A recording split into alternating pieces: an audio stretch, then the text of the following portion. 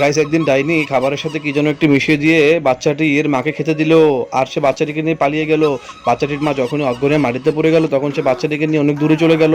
আর এটা দেখে মেয়েটির হাজবেন্ড পুলিশকে ফোন করলো এবং কুকুর পুলিশটি তখন সে দৌড়ে দৌড়ে ঘটনাস্থলে আসতেছিল এবং সে বাচ্চাটিকে বাঁচানোর জন্য সাগর পাড়ে চলে গেল, যেখানে সে ডাইনিটি বাচ্চাটিকে নিয়ে বেঁধে রেখেছিল। তারপর সে কুকুরটি সেই ডাইনিটির সাথে খুব লড়াই করলো এবং সে বাচ্চাটিকে উদ্ধারের জন্য সে পিস্তল দিয়ে সে ডাইনিকে গুলি করতে থাকলো। তারপর সে ডাইনিটির গায়ে আগুন ধরিয়ে দিয়ে সে ডাইনিটিকে মেরে ফেললো। তারপর সে বাচ্চাটিকে উদ্ধার করে তার পিঠে চড়িয়ে সে তার বাবা মার কাছে নিয়ে আসলো এবং যেখানে তার মা মৃত অবস্থায় প্রায় শুয়েছিল। তখন তারা তাদের গডের কাছে প্রার্থনা করলো তার মাকে বাঁচানোর জন্য। তখন সে গড এসে তার মাকে সম্পূর্ণ সুস্থ করে দিল আর সাথে সাথেই তার মা জেগে উঠলো।